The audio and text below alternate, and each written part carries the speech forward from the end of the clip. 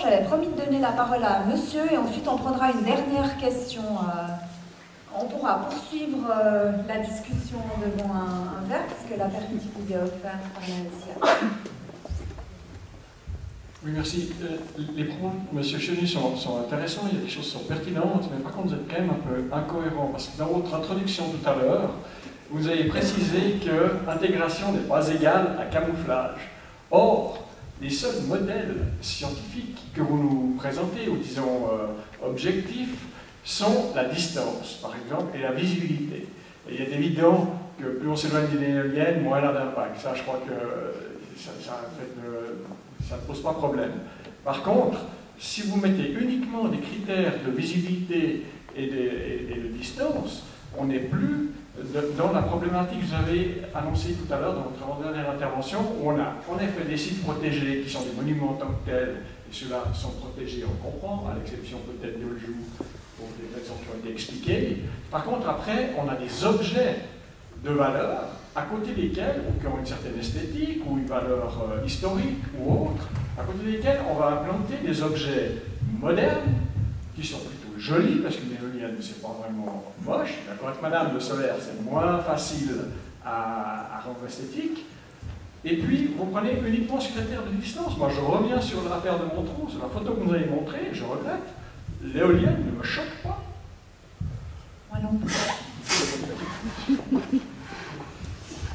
Non, je reviens encore une dernière fois peut-être pour essayer de clarifier notre appréciation, notre propos.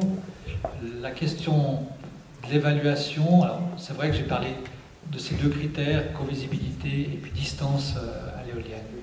Mais ce sont deux critères qui permettent de quantifier quelque chose.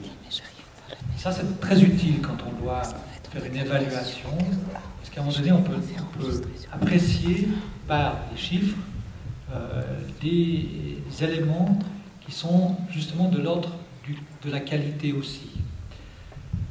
Ça, c'est pour une première approche. Mais il y aura de toute façon, et il y a déjà des approches qui sont encore plus, on va dire, plus de terrain. Je pense notamment que la question d'aller sur place, de se rendre compte des qualités de chacun des sites, ou au contraire de voir qu'il y a déjà des éléments qui sont perturbants, qui ne sont pas liés purement et simplement à des problèmes de distance ou de covisibilité.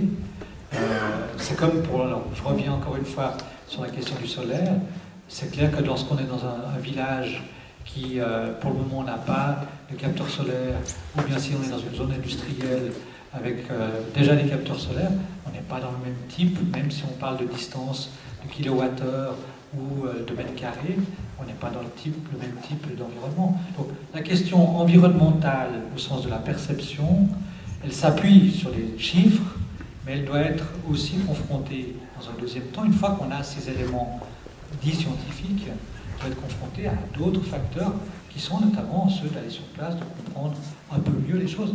Malheureusement, au premier stade de l'évaluation, la première évaluation qui a été faite, les dossiers qui ont été remis par les auteurs et les promoteurs, les opérateurs, comportaient une, deux, trois vues qu'ils ont choisies. Ils ont peut-être discuté pour certains d'entre eux avec nous quand ça posait quelques problèmes. Puis, mais il y a encore un gros travail à faire après pour arriver à appréhender et comprendre la complexité d'un paysage. Ça ne se fait pas seulement sur les questions quantitatives, mais il faut peut-être aller se promener sur place, peut-être se promener ensemble, puis essayer de comprendre ensemble comment fonctionne ce paysage. Peut-être aussi avec des historiens, ou avec des géographes, avec des gens du lieu, comprendre quelle sensibilité ils peuvent avoir à telle ou telle partie de l'environnement d'une éolienne. Et là, il y a un travail de terrain.